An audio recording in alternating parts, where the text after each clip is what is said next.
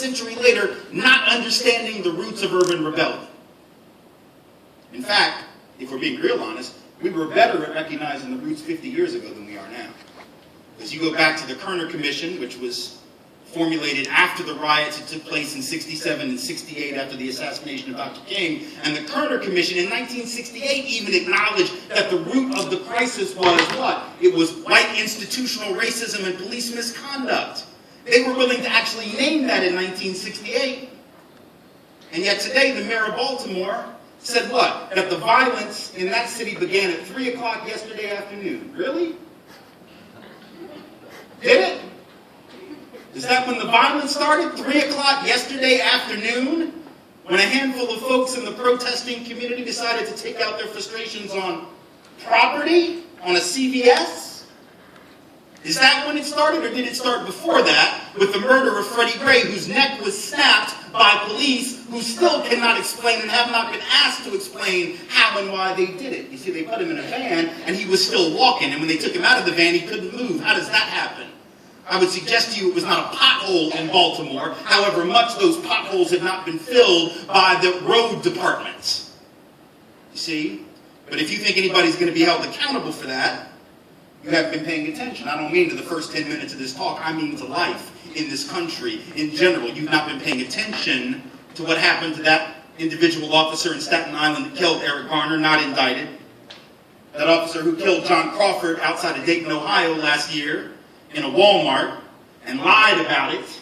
Said that John Crawford pointed a gun at him in the Walmart. When you see the video, he did no such thing, and he was gunned down like a dog in the aisle, not indicted.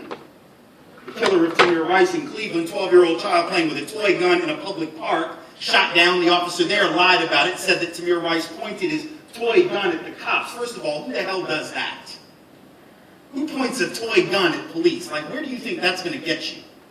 Are you going to shoot the cop with the toy gun? What is the rationale behind which someone would even do that? But the officer said it, not knowing there was a video. Watch the video, and you see what? He did no such thing. He never reached for the gun. The cops didn't tell him to drop his toy weapon. They simply rolled up and shot him. And that officer has not been indicted. So if you think anything's going to change in Freddie Gray's case, you're not paying attention. And the people of Baltimore know that. But the mayor says, and the president says, and the Congressional Black Caucus even says that the violence started yesterday. The violence didn't start yesterday.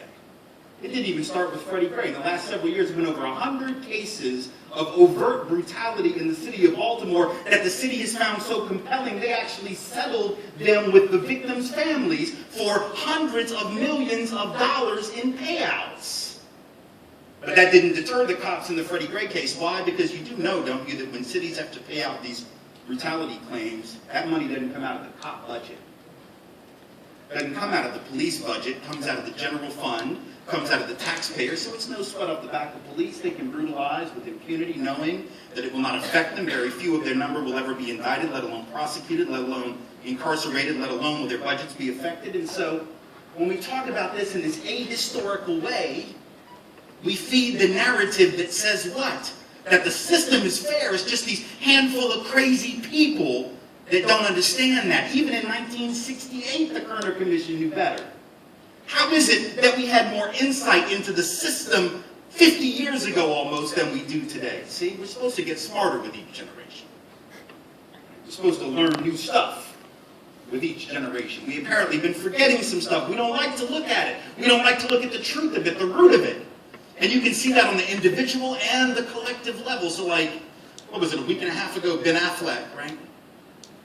Didn't want to talk about his ancestor. We found this out. It was back last year he did the show. Remember this show that Henry Louis Gates does on PBS, Finding Your Roots, right? One of these ancestry shows where they trace your roots. And so it finally came out because remember that was that Sony hack last year where Sony got hacked, all their emails got hacked. They found an email apparently where Henry Louis Gates was talking to the producers and said, you know, this particular actor, now we know it's Ben Affleck, didn't want it known that he had a slave owner in his family history because that was embarrassing. Now, suppose on one level it's very easy for us to point fingers at Ben Affleck and say, oh, Why are you trying to cover up your history? Why are you so ashamed of your history? Why are you trying to cover things up, whitewash your history? But see, is Ben Affleck really all that different from the country in which he was born and reared? See, I would say Ben Affleck is the prototypical white American in the sense that trying to cover up his own family history is what white America's been doing for hundreds of years with our nation's history. Ben Affleck is not an outlier. It's not Ben Affleck's problem. It's our problem. We as a society do not fundamentally believe in being honest. Right? So that's why folks will tell black people in this country that they need to get over slavery because that was in the past. See, that's precious. Precious coming from people who celebrate every July 4th, something that happened a really long-ass time ago. This Independence Day, that's like some old stuff. Like, we did not break away from the British last Tuesday. That happened a really long time ago. And yet we still set off fireworks and eat apple pie and hot dogs and wear big buttons that say, "I heart the USA," every July 4th in reverence to the past. So we love the past. As long as it makes us feel special and superior, and as if we were a nation uniquely struck off from the forehead of God Almighty. But let us be asked to reflect upon the past in its entirety, both the good and the bad and the ugly, and then all bets are off, see? Ben Affleck doesn't want to do it, and I get that. But the United States doesn't want to do it, and that's a much bigger problem. Ben Affleck will eventually have to grapple with his history and his family's history. The question is not whether he will do that. That's for him to deal with. He's the only one that's really got to struggle with that. We as a society had better figure out, though, whether we're going to be willing to do so. Because when you hear the commentary about Baltimore right now, you can see all of this denial in full relief. You can see how little white America in particular wants to grapple with the truth. Right? And so we ask these questions. Like, white folks never quote Dr. King more so than when there is an urban rebellion. Right? But we selectively quote him because that's what we do generally. White folks love to selectively quote Dr. King. We pull out all the quotes that are really devoid of any radicalism, ignore the rest of it, never having read the full books that the man wrote. You like that? See, we listened to that one talk he gave on the Mall in '63. We didn't even listen to the whole speech. Just the one line about the content of character, not the color of skin. And then we ignore all the other stuff. We talk about nonviolence. Well, if Dr. King were here, he'd be preaching nonviolence. But if he were here, he'd also remind you that a riot is the language of the unheard and the dispossessed. That's what the man said. See, and that's also what the Kerner Commission said. So even some white folks appointed by the president understood that 47 years ago. Now, we've forgotten it. And so we say things like, why do they burn down their own neighborhoods when they're angry? I don't know. Why do white folks riot when their basketball team loses? Why do white folks in Keene, New Hampshire riot over something called Pumpkin Festival? Google that shit when you get back to your room tonight. Why do white folks at Michigan State riot whenever their team is in the Final Four, win or lose? They print up t-shirts and posters acknowledging that they're about to burn stuff and throw things at police, and nobody ever gets arrested for that on conspiracy to riot, even though they've been premeditating and planning it. Why do white folks, year after year after year on college campuses, there have been over 125 of these riots on college campuses since the mid-1990s. Almost all of them white exclusive events over ball games or crackdowns on underage drinking. At least black and brown folks riot over some real stuff. At least people of color, when they get angry about real stuff. More to the point, I suppose the real issue is that when white folks don't rip up our own communities, because we're busy ripping up other folks' communities. See, white folks get mad, and we rip up communities in Iraq, and Afghanistan, and Vietnam, and Laos, and Cambodia, and Panama. How about that, see? When you have the power, you don't have to rip up your own stuff. You can go rip up other people's real estate. See how that works? That is the culture and society in which we live. Why don't we question that? We talk about the violence of the dispossessed. How about the violence of the powerful? Right? Black folks in Baltimore didn't kill a couple 100,000 people in Iraq and Afghanistan over the last decade. People in Baltimore, low-income people of color, didn't kill 2 to 3 million Southeast Asian folk from the mid-1960s to the mid-1970s. They didn't overthrow democratically elected governments in Guatemala and Iran in 1954 and 53 respectively, or the Dominican Republic in 65, or Indonesia in 65. People of color didn't do that. So when folks who are white lecture people of color about violence in a society that didn't exist but for violence, do y'all think George Washington was Gandhi? Thomas Jefferson did peaceful, nonviolent sit-ins at the lunch counter, or do you think they went to war, you see?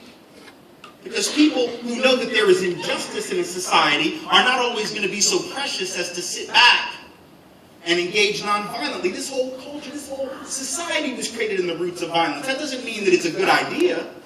Strategically, when folks do that in Baltimore, please don't misunderstand. I'm not endorsing it. I'm saying you better put it in context. Because if you don't have a context to understand the violence of the dispossessed, and if you don't examine it through the filter of a larger culture that is embedded in violence, that has been addicted to violence from the beginning, then it becomes real easy to compartmentalize and say they are the bad ones and we are the good ones, and they are the irrational and we are the rational. But there's nothing rational about a system in which black men are 21 times more likely to be killed by police than white men, which is the reality right now. 21 times more likely per capita to be killed by police. That's not because black men commit crime 21 times more often than white folk. It's not because black men resist arrest 21 times more often than white folk.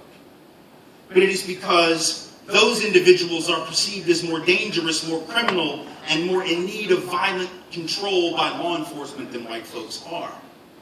You see, so that's the root of our predicament, and we have to deal with that. We have to understand that the people of Baltimore are not just responding to the death of Freddie Gray. They're responding to a pattern and a practice and a history of injustice and inequality. It doesn't make rioting the best solution to that. It doesn't make the destruction of property the best strategic choice, but it damn sure puts it in perspective. And if you don't like the retail violence of the dispossessed, end the wholesale violence of the system, and I promise you the retail violence will end. You see? But as a culture, we don't want to hear that. We don't want to talk about that because that is seen as rationalizing the violence. But it's not an excuse. It's an explanation. We need to understand what happens in this culture if we want to actually get a grip on it. But we're much more interested in only having this sort of range of vision that goes about 2 weeks back. So when it comes to racism, white America too often looks at it as a bunch of isolated incidents. So Eric Garner was an isolated incident, right? Tamir Rice was an isolated incident. Mike Brown, isolated incident. Akai Gurley, isolated incident. Rakia Boyd, isolated incident. Yvette Thompson, isolated incident. Amadou Diallo, isolated incident. Sean Bell, isolated incident. So we go on and on. I could stand up here for virtually an hour and give you the names of those individuals killed, and there would still be folks in the culture who listened to those names and said, isolated incident, isolated incident, isolated incident. At some point, too many isolated incidents become a pattern. And a pattern that we have to recognize if we want to address it. See, but we're not that place, I suppose. And we're not willing to be as honest as we need to be. So when we talk about trying to challenge racism, our first and foremost problem is that we're not honest about the national condition in the history. The second problem is that we misunderstand what racism is. So, if I asked 100 people what this is right here, I get a few different answers. It's an iPhone, right? It's an iPhone 5 or whatever. Y'all would say, well, it's a smartphone. Some of y'all would be more brand specific. Some of y'all would be like, that's a busted up, dated phone. Why don't you have a 6? Right? Some of y'all would be like, I don't, But you know what it is. It's a phone. We wouldn't have a lot of discussion or a lot of argument about it. But if I ask 100 people on the street what racism is, right, we'll get a lot of different opinions because that isn't quite as clear cut to people. That's part of our problem, too. It's not just that we're not honest about the history. We're not honest about what we're even discussing when we're discussing it. So we talk about racism, a lot of times we get caught up in this sort of individualistic analysis. Is that person a racist? Is that person a racist? Are you a racist? Am I a racist? Is that cop a racist? Is that teacher a racist? Is that banker or that lawyer or that employer a racist? And to me, that is the entirely wrong question to be asking. Because racism is not first and foremost an individual malady.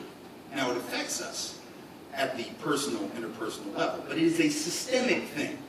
It is an institutional thing. Anytime you have a word that ends with those three letters, ISM, you're dealing with a system. You know this, right? Capitalism, socialism, communism, fascism, authoritarianism. What are those things?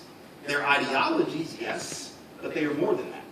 They are systems, no? So they are also ways of structuring a society. We don't talk about it that way, so we all get caught up in who's bad and who's good, who's a racist and who's not. I'm going to tell you right now, that's a boring conversation.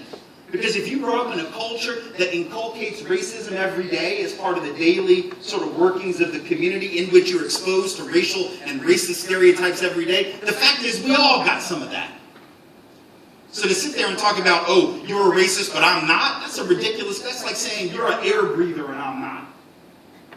That's like saying you're a consumer and I'm not. If you live in this culture, you consume. If you live in this world, you breathe air. Right? And if you live in this culture where racism has been such a ubiquitous part of the history of the society, I guarantee you some of that has been internalized. So we don't have to focus on this as a person. It's not about good people and bad people. It's about people being caught up in systems of injustice and inequality. Now, how do I know that it's about bad and not bad people? Let me tell you, I'll give you an example. I'll come back to the policing thing in a minute because I think it's important. But let me also talk about it in a different way. So 2 years ago, there was an article in the New York Times. And it was talking about a study that had been done where, according to the results of that study, roughly half of the new jobs in the economy, this being the post-recession economy, and I'm using that sort of in quotes, right, because I realize that for some folks we're not out of the recession. And I realize that for a lot of other folks the recession didn't start in '08. Right? Like for millions of people of color in particular, and a lot of poor white folks as well, the recession has been coming for a very long time, been there as a constant reality. But in the so-called post-recession economy, according to the study, half of the new jobs are being filled. How? Not by open competition, that you just win because you're the most qualified, which is the theory about how you get jobs, right? We all apply, and they hire the most qualified person, and all is right with the world. That's the theory. But according to the study, half the jobs are being filled not through that, but by way of letters of recommendation written by existing employees of that company on behalf of new applicants who want to get a job with that company. In other words, you got to know Jim over in the accounting department, or you got to know Mary over in the HR department, and they're going to write a letter for you when you apply for the job. Now, I want you to think about the implications of that, because see, that doesn't necessarily have anything to do with race, right? That doesn't intrinsically, inherently lead to racism or sexism or classism, economic inequality. But what do you think the implications of that fact are? If half the jobs are basically off limits to you, if you don't know somebody who can write a letter for you, who already works there, who do you think is most affected by that? Well, the study goes on to explain, right, that overwhelmingly the people who will know the right people, who can write the letters for them, and thereby get them access to half of those jobs, are going to be white, and they're going to be male, and they're going to be rich, or at least upper middle class, and they're going to have gone to the right colleges, whatever that's supposed to be. So what does that mean in practice? Forget the theory. What does it mean in practice? It means that you can be the most qualified person for the job, but if you're a person of color, or if you're a woman of any color, or if you're a working class white guy, for that matter, you're out of luck, right? Because half the job's basically off limits to you because you're not in the know. Now, what does that mean? It means that even if there was not a single racist or sexist or classist employer in the country, and obviously we're not really going to believe that, but let's just say for the sake of argument, that there wasn't one anywhere in the country, the outcome of the hiring process would essentially be no different than if half of them were racist, and half of them were sexist, and half of them were classist. So systemically, when you have a process of employment and employment selection within the labor market that essentially excludes people who are not in the so-called old boys networks, you end up perpetuating racial injustice, economic injustice, and gender injustice irrespective of intent. See, it's not about bad people. It's not about racists and sexists and classists. It's about racism and sexism and classism as systems, right? So we got to focus on it on that level, because here's the big dirty secret. All that stuff I just mentioned about the Old Boys Network and how that excludes people from job opportunities, half the jobs off limits to them, none of that is addressed by the Civil Rights Act of 1964. So here we are, half a century, 51 years actually, right, since the passage of that law, this cornerstone of the movement, this incredibly important piece of legislation that has been very important, both legally and symbolically, in moving the country forward, and yet that law, for all of its majesty and grandeur, does nothing to deal with this new way in which racism and sexism is reinforced. Because Old Boys Networks are not illegal. The courts have never said that that's illegal. It's only when you have a deliberate intent to discriminate, or when you have certain policies that are so blatantly discriminatory in effect that they can be ruled unconstitutional. But it's very, very hard to ever prove that. Very, very difficult to prove discrimination in effect as something which is actionable and has to be remedied. So in effect, we have this system that perpetuates injustice and no law to address it. So we can't just look at it as an individual thing. Same thing with policing. I mean, we're talking about police right now, obviously, because that's on the radar screen of so many people, but it isn't about, I remember when Darren Wilson killed Mike Brown. You can even go back before that. You go back to when a wannabe cop like George Zimmerman killed Trayvon Martin.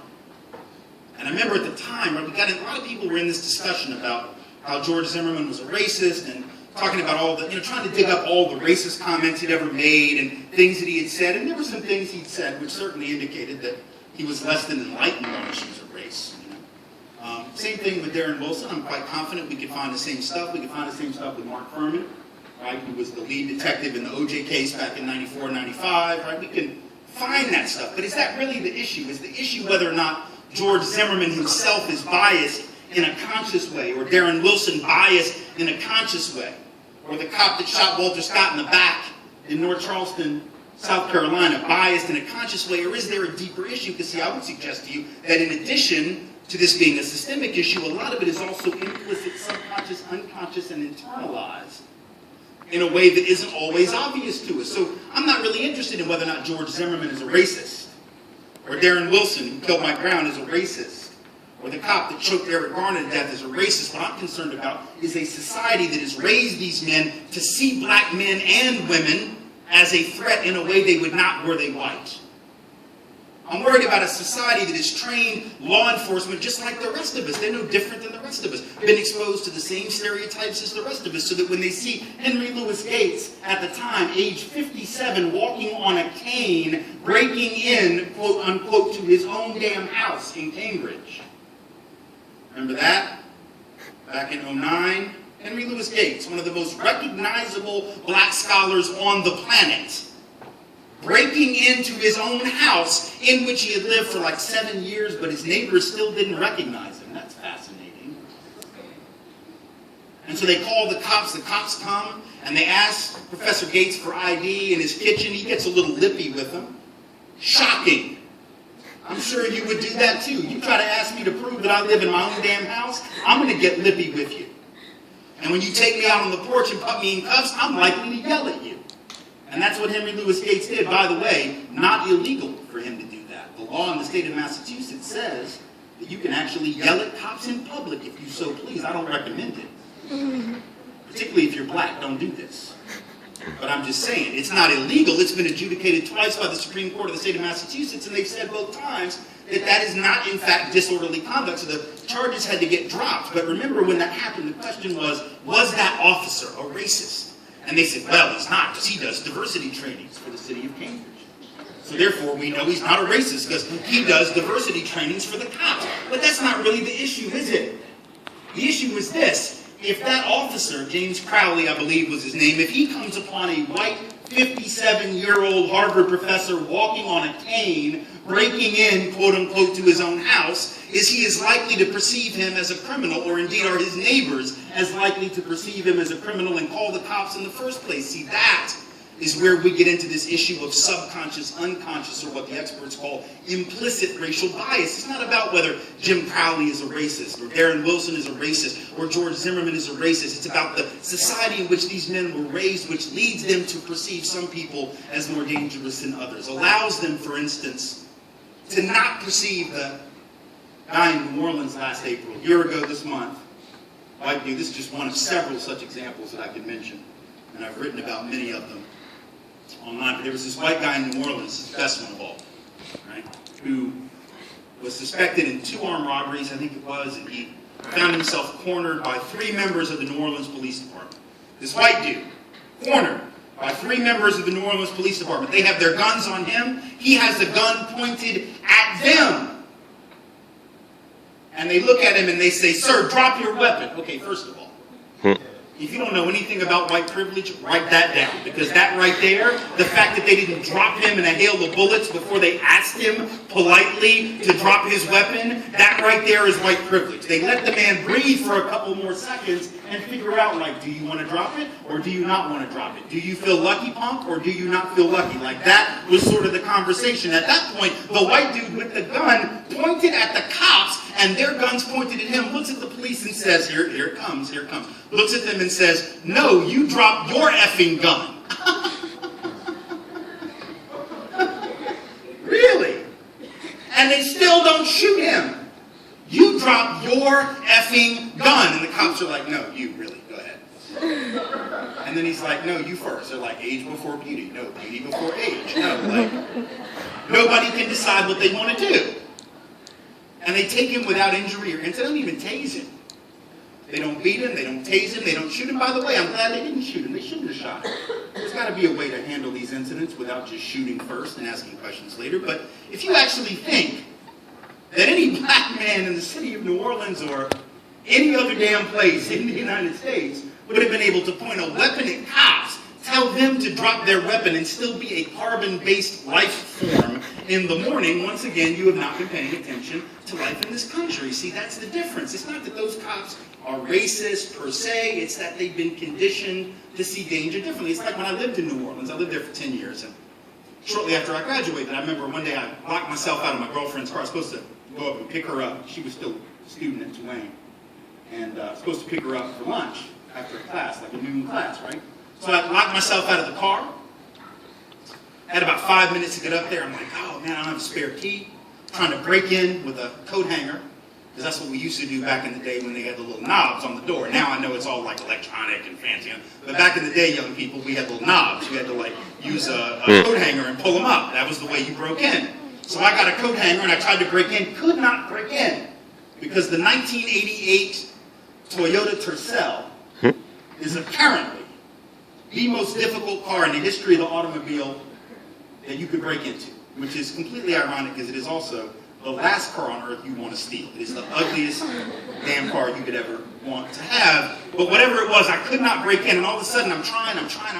I'm like wrecking the door frame, and all of a sudden a cop rolls up, white guy, gets out of the car, looks at me, says, "What's going on?" Now you would think, logical question for an officer in this moment when he sees somebody trying to break into a vehicle is what?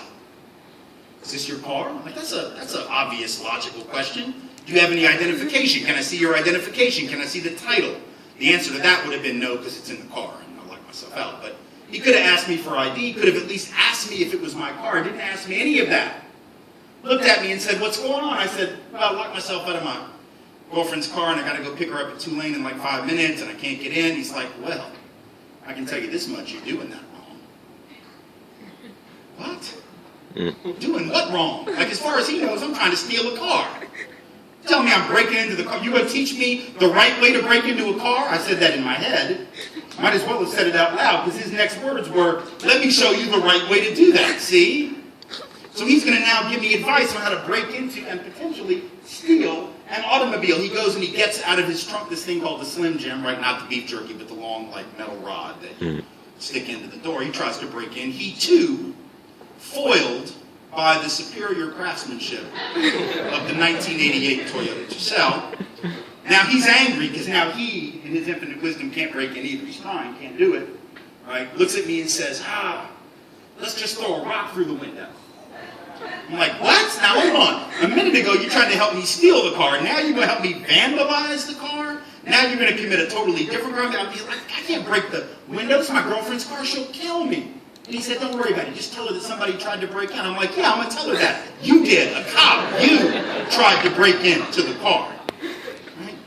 If you think any 23-year-old man or woman of color in this country would have had that conversation with that officer, whether it was 1991 or last week, again, you have not been paying attention, right? So as a society, we're not talking about good people, bad people. I take it for granted that most people are good. I actually do believe that. I actually think most folks are good folks. I think most folks wake up, they don't want to oppress people. They don't want to hurt people. They're trying to get it right, trying to do right by other people. But I think that when you're raised in a culture to which, or in which you are exposed regularly to these stereotypes about who's bad, who's not, who's dangerous, who's not, that it affects you, right? So that's the next lesson. First lesson was we're not honest about history. Second lesson is systemic, not individual. Third lesson, it's subconscious and implicit, oftentimes more than conscious.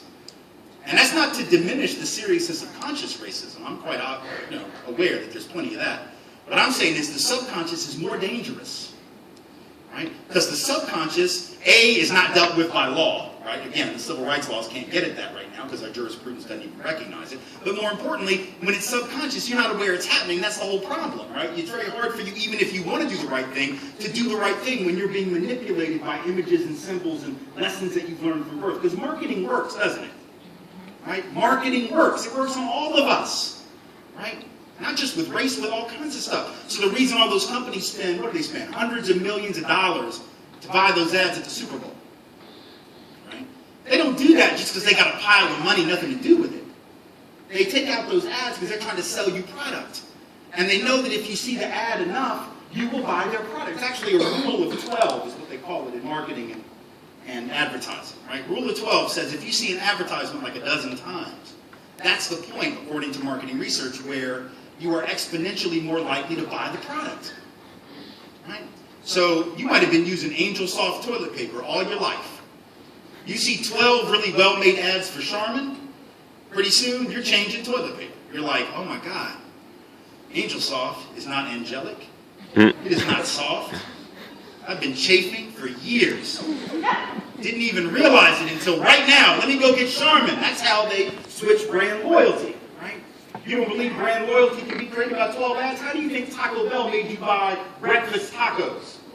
And the damn Crunch Wrap, AM Crunch Wrap? What is that? There was no lobby for that. None of y'all like 5 years ago were like, you know what we need at 6 in the damn morning is a taco wrapped up in a burrito with some egg and cheese and chorizo in it. Nobody wanted that. None of y'all were asking for that, clamoring for that. None of y'all wrote letters to Taco Bell saying that's what we need. But sure as hell, they created it, and all of a sudden they got commercials running, don't they, that say hashtag breakfast defector because folks have given up McDonald's and Burger King to go get some damn breakfast tacos. How?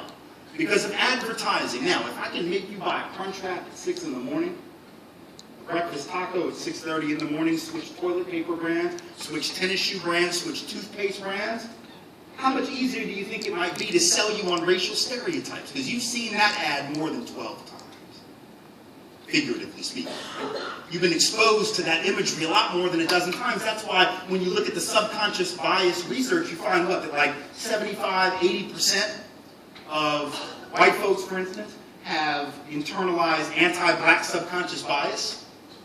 Whether or not they're conscious of it, some are conscious, but 75, 80% subconscious bias, even among those who claim to be quite liberal. What's really frightening is nearly half of black folks have internalized anti-black bias against themselves.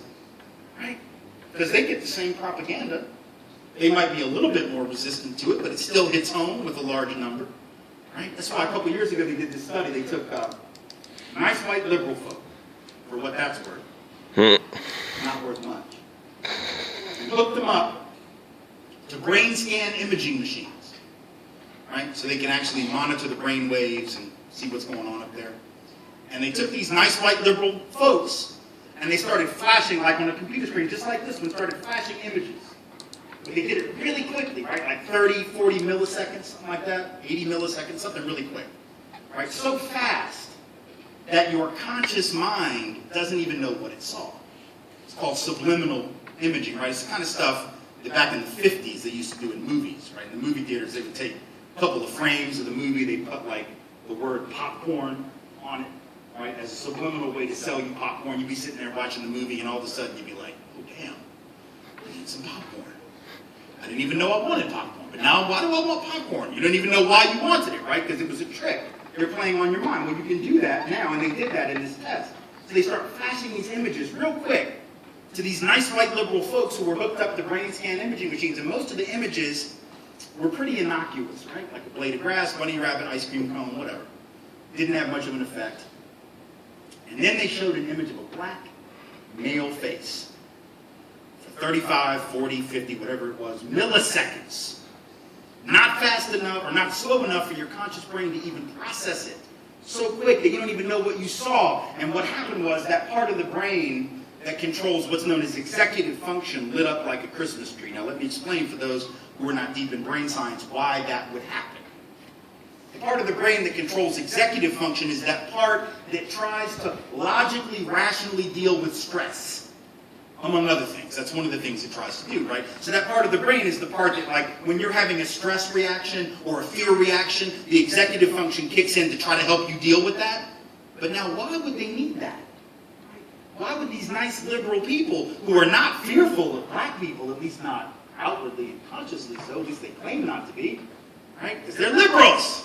Right? So they're good people. You see, they're progressive, they're open-minded. They don't have these stereotypes. They're colorblind. They don't even see color. They got black friends. They dated an Asian woman once. They got dream catchers in their rearview mirror, and therefore we know that their great-grandmother was a Cherokee princess. These are nice people, see? But they saw that image. Now their brain is telling them something. That part of the brain that's executive function is responding to something else going on in the brain that must be about fear, anxiety, or stress. Now, to their credit, the executive function is trying to shut that fear down. That's the good liberal part.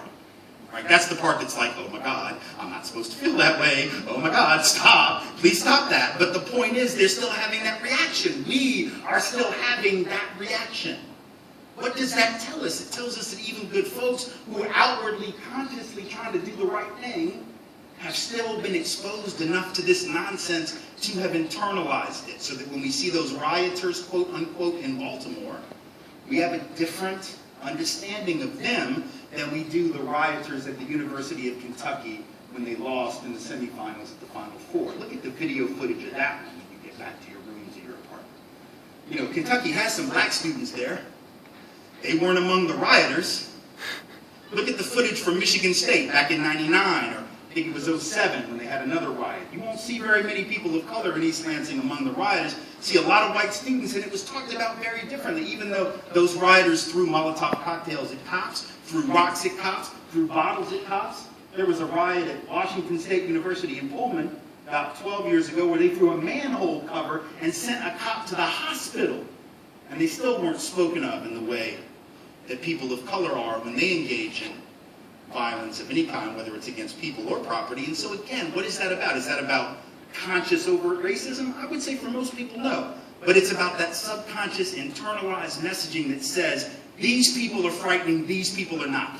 These people are dangerous, these people are not. That's why Tamir Rice, at the age of 12 in that park in Cleveland, could be seen as dangerous, while white men in the state of Ohio, keep in mind, that's Ohio. Ohio is an open carry state where you have the right, because of the wisdom of the lawmakers there, you have the right to walk around with a real gun, not a toy gun, not an air rifle like what John Crawford had at the Walmart, which was a weapon, quote unquote, sold at Walmart, but real weapons with real bullets. You can walk around the streets with those and not be worried about getting shot as long as you're white. You don't believe me? Google that too. Google white men, weapons, or guns, and Target, as in the store.